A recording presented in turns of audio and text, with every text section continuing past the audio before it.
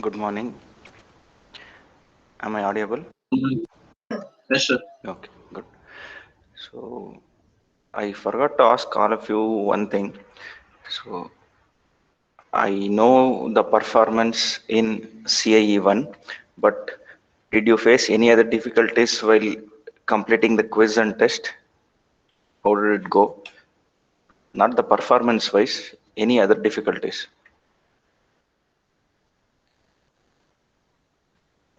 This is for all of you. The question is about CIE 1 quiz and test. So how did it go? Not the performance, but did you face any other difficulties?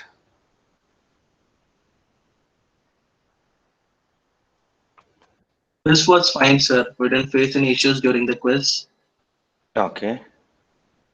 And Uh, So, morning, sir.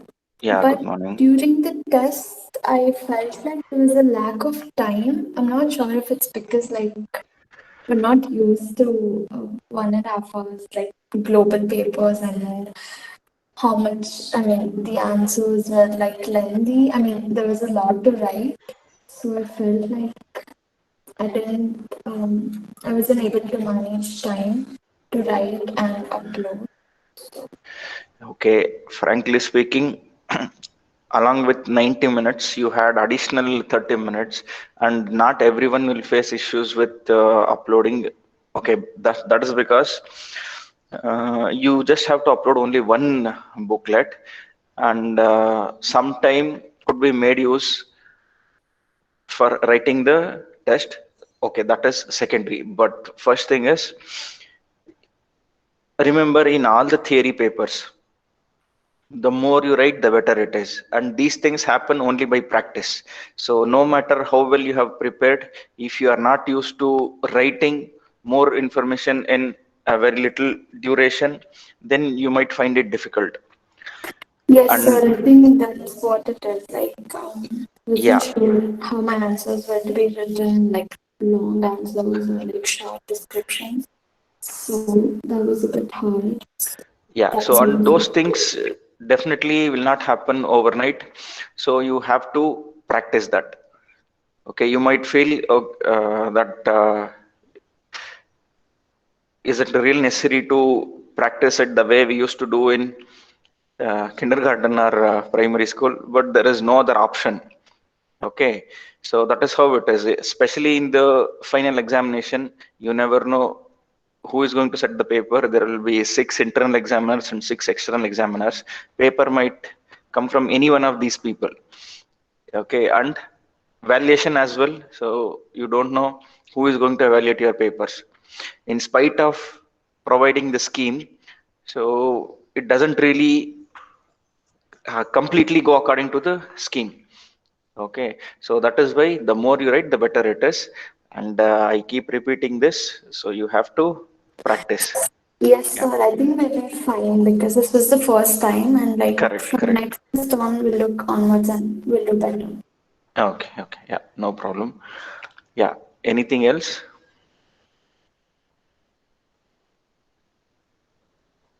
And how was the quiz? Was it easy, moderate, difficult, very easy?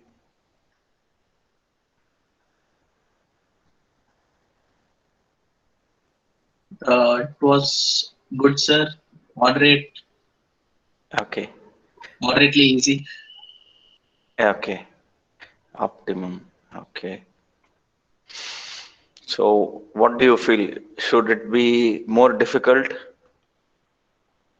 Should it be more challenging? Or is it okay the way it is now? It is okay, sir. It is okay with the way it is now, sir. Okay. Yeah. So, how is it only three or four people who will be attentive in every class? So, but at least there will be 45 to 50 people online.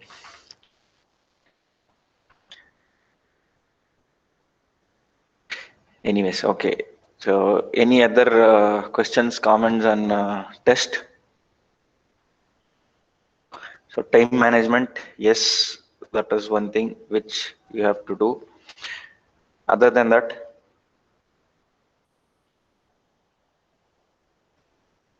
Okay, Other than fine. that, it was fine. So, like the questions and all were also fine. It was just the time management part. Okay, okay, yeah.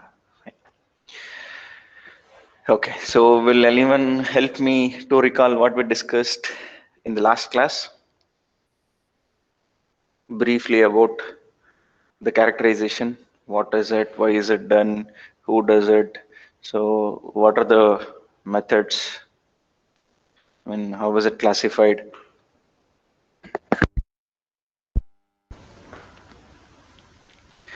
So, no, nobody will speak, isn't it?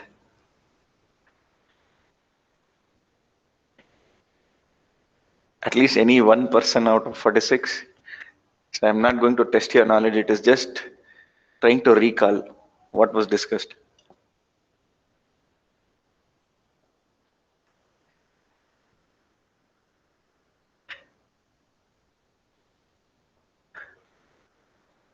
Interesting.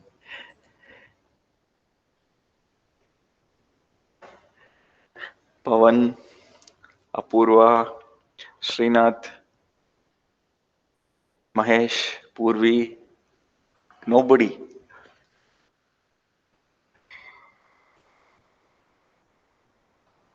So you explained about voltammetry Okay. and a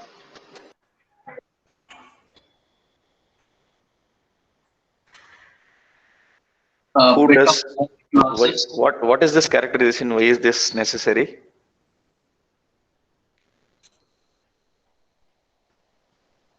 What do we actually do in this characterization?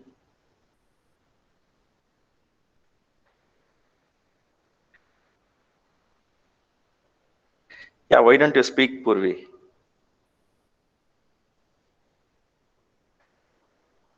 Srinath, you as well.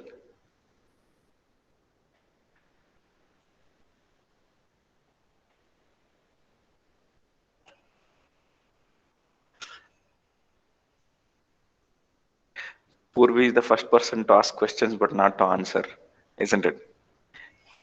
Okay, that is on a lighter note. I appreciate that at least there are 4 or 5 people who are responding, but it is always better if you speak instead of typing.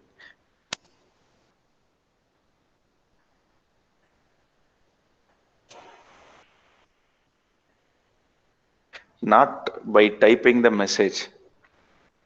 You should speak. Yes, Pawan, anything to continue? So these were all in situ characterizations, sir. Which one? Uh, Cyclic voltammetry Okay, and current interrupt measurement. okay, Then we learned about IV current, okay, and that's it, sir, for now. okay, good. So in the last class, we were talking about current interrupt measurement and cyclic voltammetry. So both are dynamic measurements. So that means there is no need to wait until the fuel cell reaches steady state. And in a way that is advantageous because you get to differentiate between the ohmic and non-ohmic classes, especially in case of current interrupt measurement. So the immediate rebound in voltage speaks about ohmic losses, and time bound recovery of voltage speaks about non-ohmic losses. And it could be the sum of activation as well as concentration losses, or in some cases it could be activation losses only. So that depends on how the test is performed. And the last method that we discussed in the last class was the cyclic voltammetry. And in that case, voltage was varied between two limits. And it is always varied, increased and decreased at a specific rate. And corresponding current is measured. But in case of current uh, voltage measurement, that is CV measurement and CI measurement, it was the current that was varied and the corresponding voltage was measured. But here in cyclic voltammetry, voltage is varied and the corresponding current is measured. And there are four characteristics about this cyclic voltammetry. So it is important, you should remember that. And the next method in this in situ characterization is electrochemical impedance spectroscopy. Are the slides visible?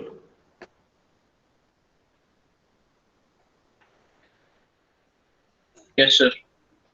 Okay. So this electrochemical impedance spectroscopy, abbreviated as EIS, so also known as AC impedance or impedance spectroscopy. And in general, this characterization technique can be used for all electrochemical systems. It need not necessarily be for the fuel cells, means it is not meant only to characterize fuel cells. And so what happens in this measurement is they try to model this fuel cell by using the electrical components. So electrical components that represent the components of a fuel cell are identified, and they are clubbed, connected in a specific manner so that it resembles the entire fuel cell system, which is known as modeling fuel cell in terms of electrical components. And again, voltage is varied and current is measured, or current is varied and voltage is measured. So here a representation of the components of fuel cell is done using the components such as resistors, capacitors. And here we can make a clear distinction between dielectric and electric properties of individual components. And quantification is accurate here. So meaning, if you compare this with current voltage measurement, you will get to know information about the three types of losses. So ohmic, concentration, as well as the activation losses. However, that may not be very accurate. Coming to quantification, it may not be very exact. So, but in case of EIS, so the quantification is precise. Provides accurate quantification of fuel cell performance, and it is possible to clearly distinguish between the types of losses.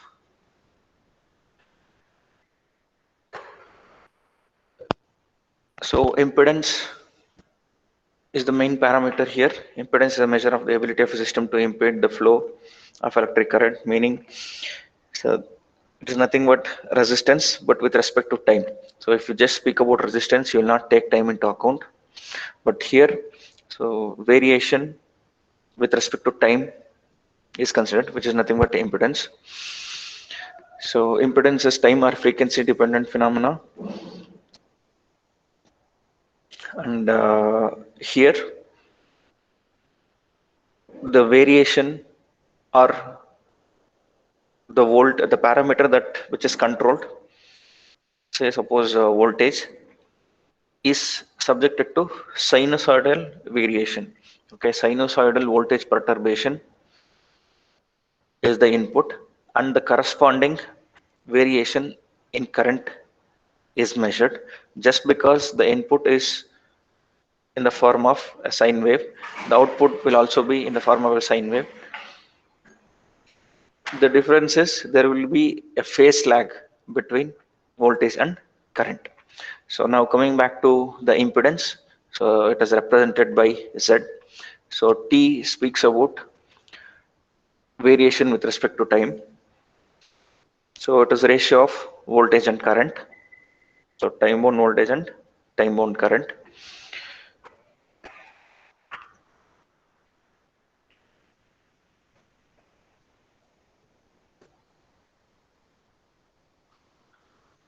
And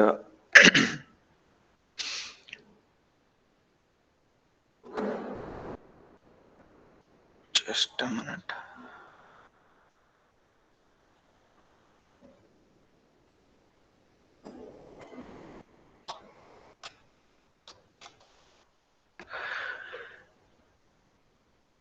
So the graphical representation, if you consider the variation of voltage with respect to time as sinusoidal wave, so similarly the response, the current variation will also be a sinusoidal wave, but there will be a phase shift or phase lag. And V naught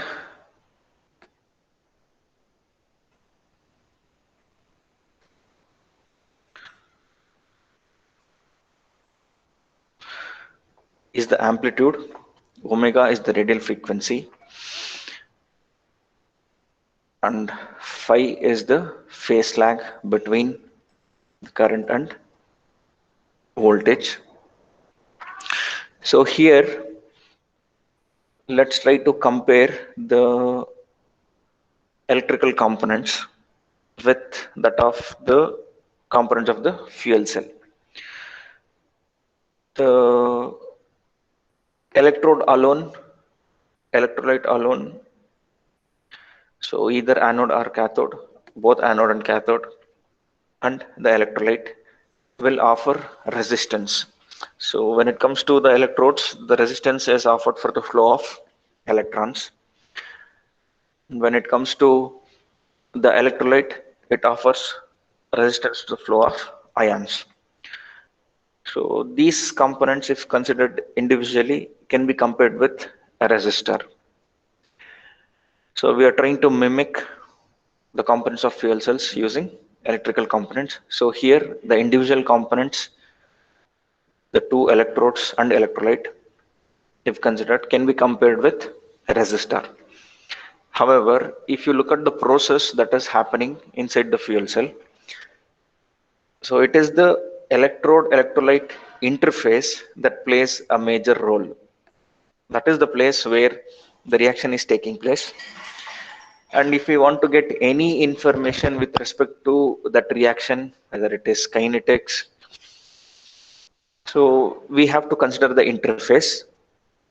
And if you pay attention to what is happening at the interface, both are charged layers.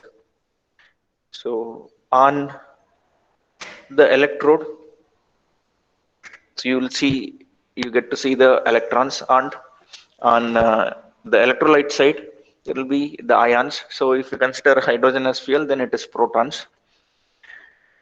So you see charged layers, usually the double layers, one layer on the electrodes, another layer on the electrolyte side. So especially at the interface, so you get to see these two charged double layers, which acts as a capacitor, which can be compared with a capacitor. So if you want to model this interface, and if you want to get information about the reactions that are taking place at the interface, we can compare that with a capacitor. So in order to model the complete fuel cell system, so you consider the electrode electrolyte interface at anode and the same interface at cathode, and you will consider electrolyte separately. So if we are able to make a circuit out of these three components, so that is a resistor representing the electrolyte and the capacitor representing the electrode electrolyte interface. And actually, in order to mimic or model this interface, so it is not just the capacitor alone, you will end up connecting a capacitor and a resistor in parallel, so representing all the processes that are happening at the interface. And there is lot of information, extensive information available in this on this electrochemical impedance spectroscopy. But however, it is not very important for this course. All we just need to know is the basic principle of this EIS, how the components of fuel cell can be compared with components of compared with electrical components, and how we can model that system. So there are two more components, inductors and Warburg element. So this Warburg element will speak about the mass transport process that is happening. So in order to know more details, if you are very curious, then a lot of information is available in the reference book. So kindly go through that. So that is the case for many of the things that we discuss in the class. So certain things we do not go deep. So only the required information is discussed in the class. So if you have any curiosity to know what exactly it is, how it works, you can definitely refer to the reference material. So next is the connection. Certain components of fuel cell to be modeled. So you will end up connecting those in series, and certain components you have to connect in parallel. The electrical components should be connected in parallel in order to mimic certain components of the fuel cell. And ultimately, so the output will be in the form of a Nyquist plot. So here it will be represented, the impedance will be represented in the form of a complex number, the real part and imaginary part. And Nyquist plot is obtained by plotting the real component of the impedance versus the imaginary component. So negative of imaginary component. So with that, you get the result in this form. So here you will get to see straight lines and semicircles. So every curve or every part of the curve will speak about a certain type of loss. And so okay, looking at, say this is a typical outcome. So here you are trying to mimic the anode, electrolyte and cathode. So here the combination of capacitor and a resistor connected in parallel represents the process that is happening at anode. And here the resistor alone, this represents the electrolyte. And when it comes to this component, so this represents the process that is taking place at the cathode. This part, the parallel connection of the capacitor and resistor, will represent the electrode-electrolyte interface similar to the representation at anode. However, there is an additional element. So this will take care of the mass transport process that is taking place at cathode. And usually, so the hindrance to mass transport or the concentration loss is comparatively more at cathode. That is why it is a practice to find out what is the effect of this mass transport at cathode. So that is why in this typical case, so the component to identify the mass transport is used only at cathode. Okay. So here, see, this is one semicircle, so which talks about the activation loss that is happening at anode. And the second part, the second semicircle, so talks about the loss, activation loss that is happening at cathode. So looking at the magnitude, so it is clear that the activation loss at cathode is much more when compared to that of anode. So on this part, the straight line here, so it speaks about the mass transport losses. And if you notice,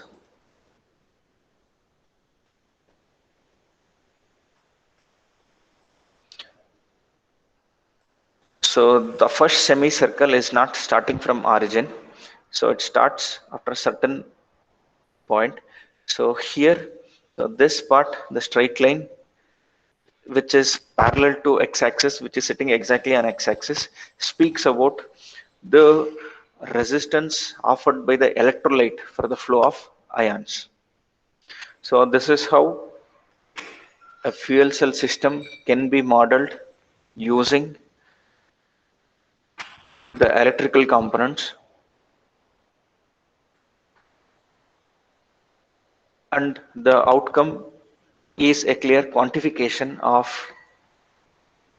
the losses that are happening within a fuel cell. This is about the electrochemical impedance spectroscopy. So next is the ex situ characterization. So far we have discussed the 4 different types of in situ characterization techniques. Of course, there might be many more methods, but these are the most commonly used methods.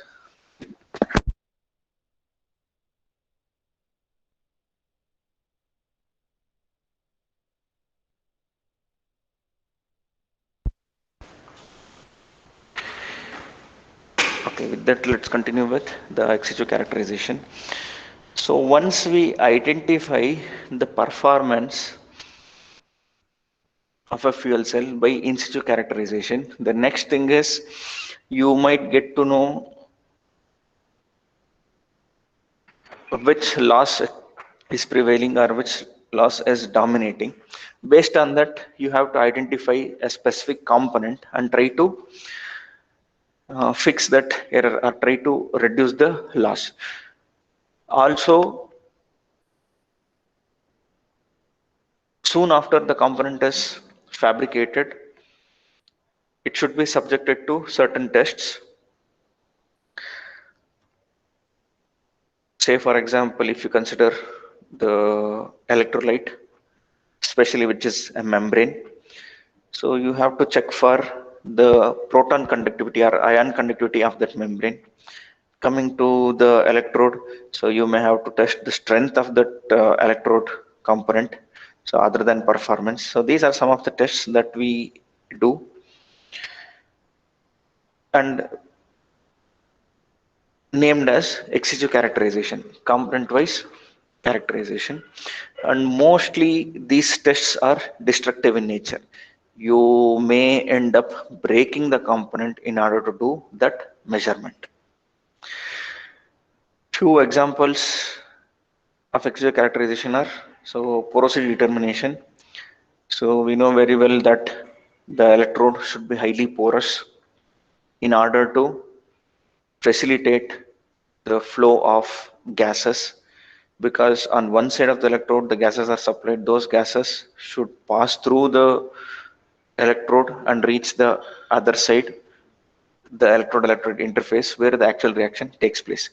So one important point to remember at this moment is, it is not just the porosity. So it might be highly porous. Until and unless those pores are interconnected, it's of very little value. So it should be porous and those pores should be interconnected. And that is why as soon as an electrode is fabricated, so it is very important to determine the porosity of that. And that can be done mostly by destructive tests. So you may have to take the sectional view of that electrode and subject that to microscopy, say SEM or TEM, so that along with providing the surface morphology, you get to see how the pores are or how the pores are interconnected. But at the same time,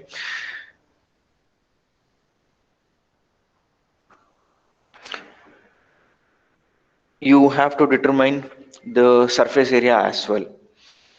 So for surface area determination, so BET method is a well-known method. So Bronner, Emmett, Teller, so names of the 3 researchers who came up with this method. It is named after them.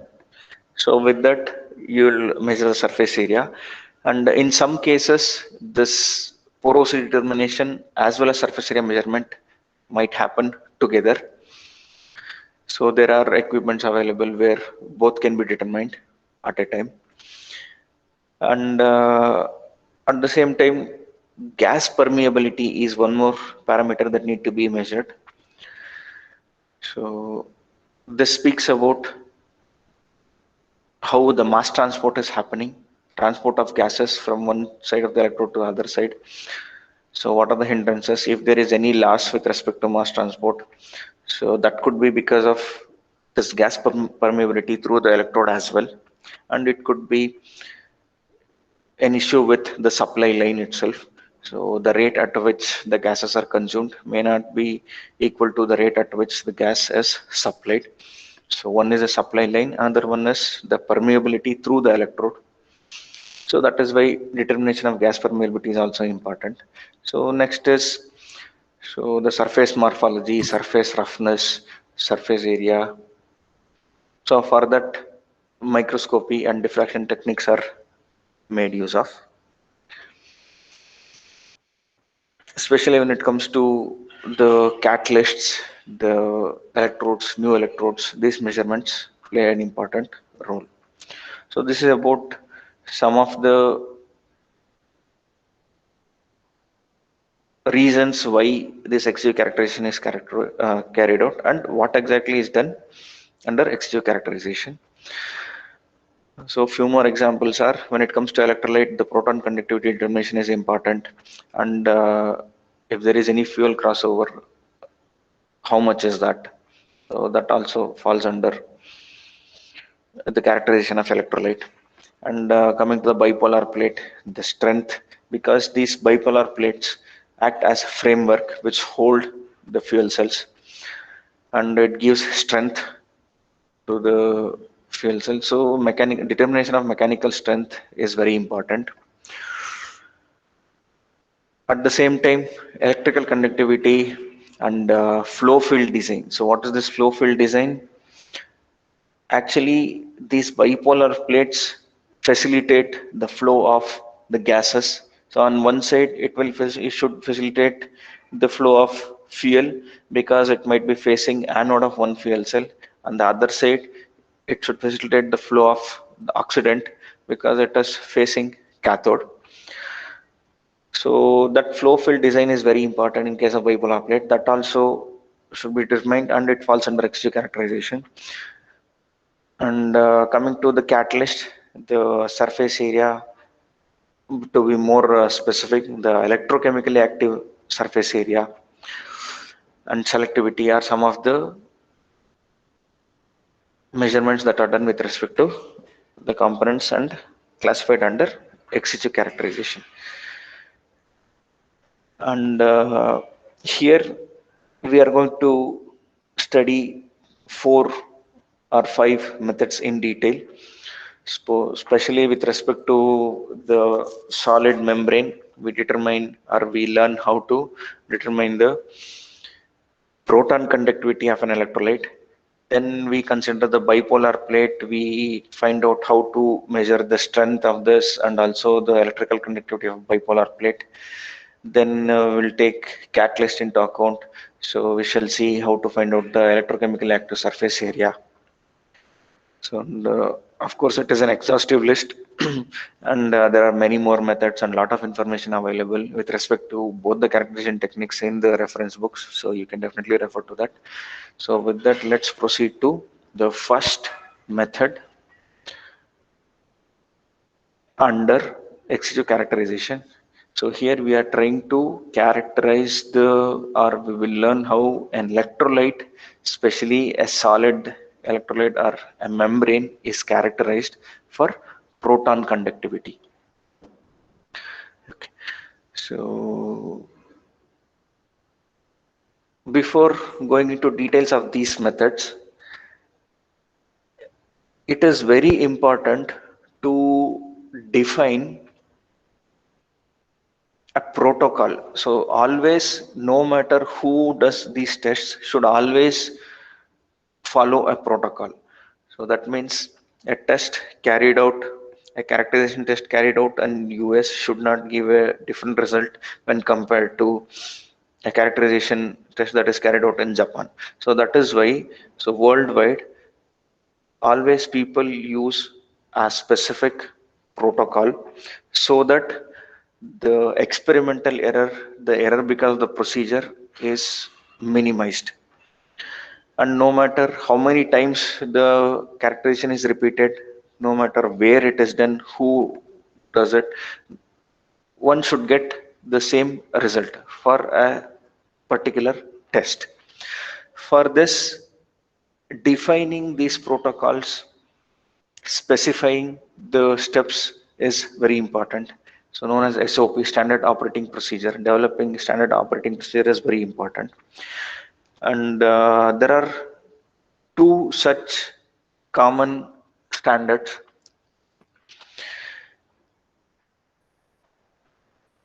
So one is developed by US, so ASTM, so American Standards for Testing and Materials. And another one is DIN, so that is developed by Germans, and usually that is followed in Europe. But this ASTM standards are followed all over the world. And of course, these DIN standards are more or less followed through the entire world. These are the two major standards that are available. And whenever you do this characterization, you should clearly follow those standards only. And there will be codes. So there might be a specific code for ASTM, I mean, so code for this electrolyte characterization under ASTM. So you have to mention that code. The moment the code is mentioned, so the person will come to know the procedure. And these code books are available. So always the steps that are defined in these code books should be clearly, strictly followed. So like that, we get to know certain ASTM codes and DIN codes depending upon the characterization. So that is just a preamble to all of these XGO characterizations.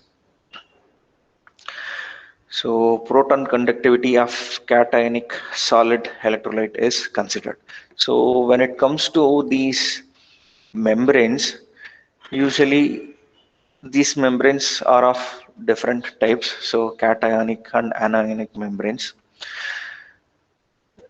And while talking about PMFC, we discussed about Nafion, so the most popular membrane. However, there are other membranes such as CMI 7000. So, and these membranes are available both as anionic as well as cationic. So it just speaks about the type of ion it permits to pass through the membrane. So here a cationic membrane is considered, and the conductivity, the proton conductivity of that membrane is tested before subjecting that membrane to test. So something known as equilibration of membrane need to be carried out, equilibrating the membrane. So you just consider the membrane that need to be tested. You immerse that in iodized water or salt water for 24 hours, then place that inside deionized water for 24 hours. So this process is known as equilibration. So the such equilibrated membrane is considered for the test. So, and the setup that is required to characterize this electrolyte consists of, it is very similar to an electrolytic cell. So it consists of electrolytes such as sulfuric acid, and the membrane which is tested separates this electrolyte into two chambers, the anode chamber and cathode chamber. And to reference electrodes are considered. These two electrodes are dipped in each chamber and connected to an LCR meter, and conductivity measurement is performed in a two electrode AC impedance mode using LCR meter. And measurements are performed at a specific temperature after equilibrating the membrane in deionized water for 24 hours. And membrane is placed at the middle of the conductivity cell. So the electrolytic cell, also known as conductivity cell, is used for this purpose, and consists of two chambers, and both the chambers are filled with 0.5 molar sulfuric acid solution, and platinum electrodes are considered. So here electrical resistance of the system without membrane is also measured, that is R2, and later once the membrane is placed, again the resistance is measured, that is R1. So the difference speaks about the resistance offered by the membrane. And actually, even though the resistance is measured, so it is the conductivity we talk about, so it is represented in terms of conductivity. The dimension of the membrane will also matter, and the resistance offered by that membrane is important. So conductivity is measured by the formula. I am not sure whether it is clearly visible or not. So L by RA. So the dimensions, the area, current, the length, and the resistance are important.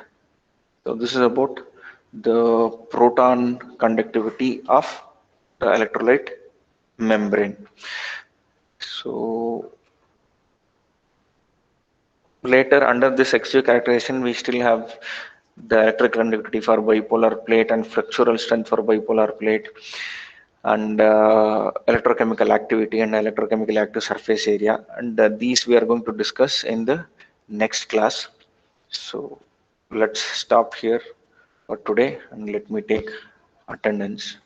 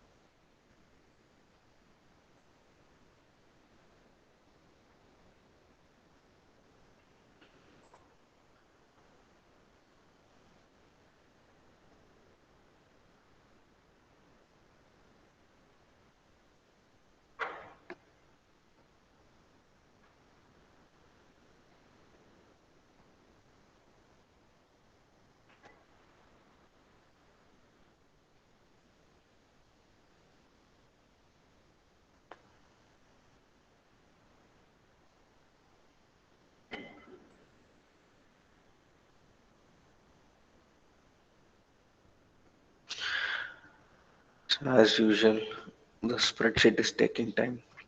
Give me a minute.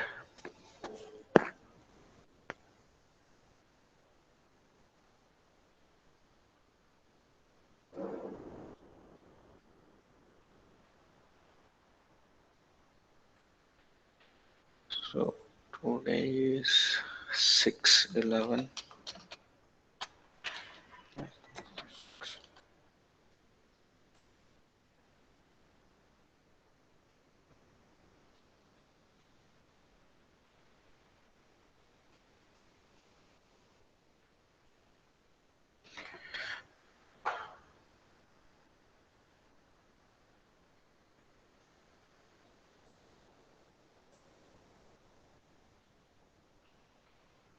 Aditya Datta, Sharat, Present, sir. Nandini, Present, sir. Pradeep Kumar, Present, sir. Prajwal Hiremat, Present, sir. Ravi Krishna, Present, sir. Shritij,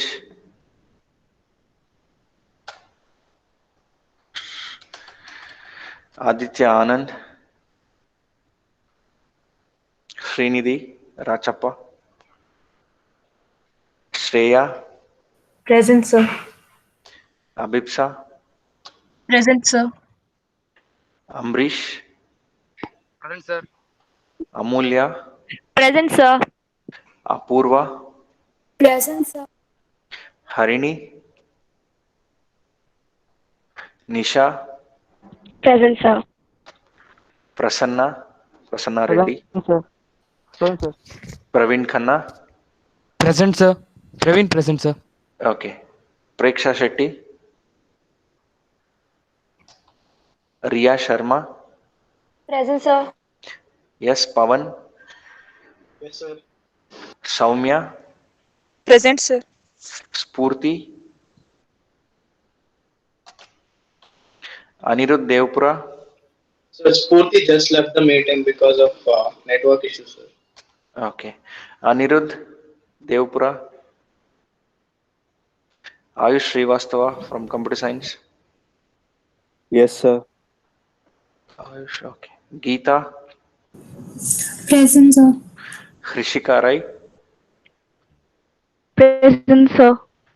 Pooja, Prerana, Sheetal,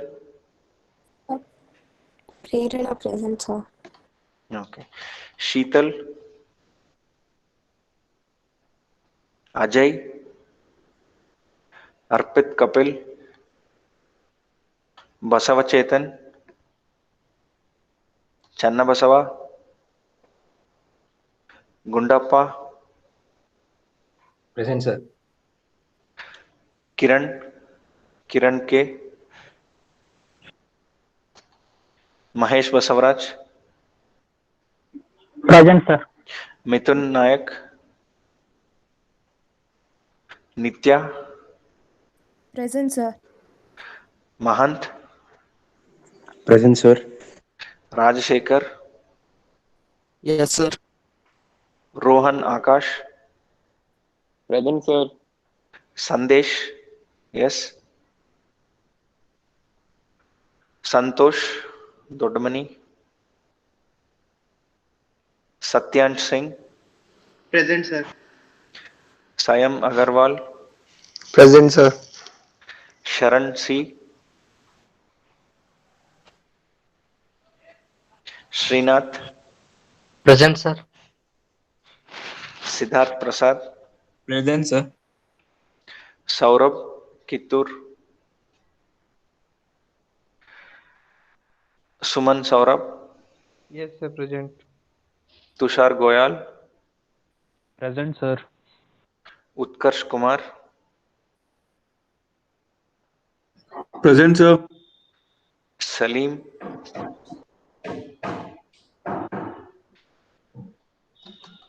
Shahid,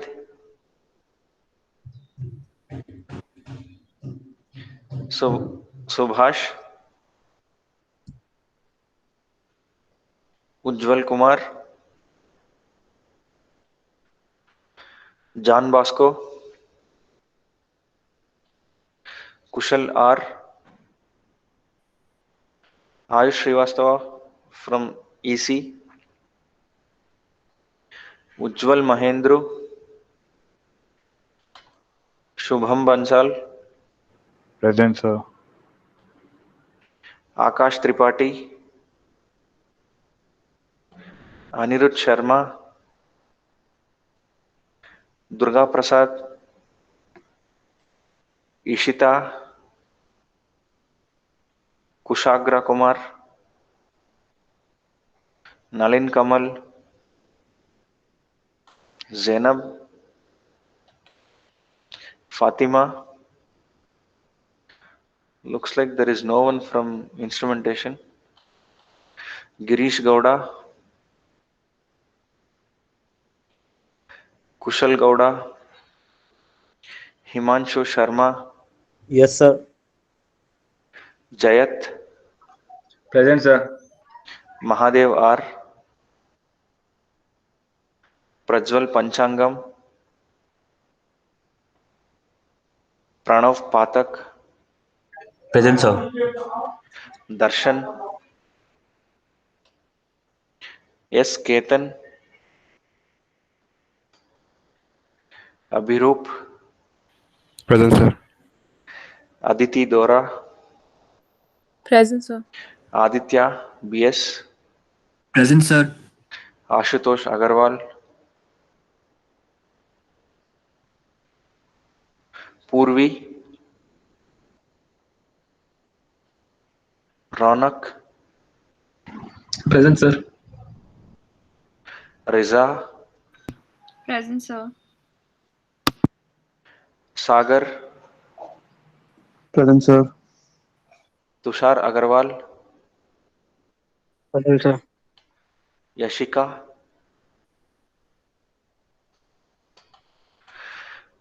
Anuj Kumar Nigam, Present, sir. Ashwin Sudarshan, Present, sir. Bhavit Shetty,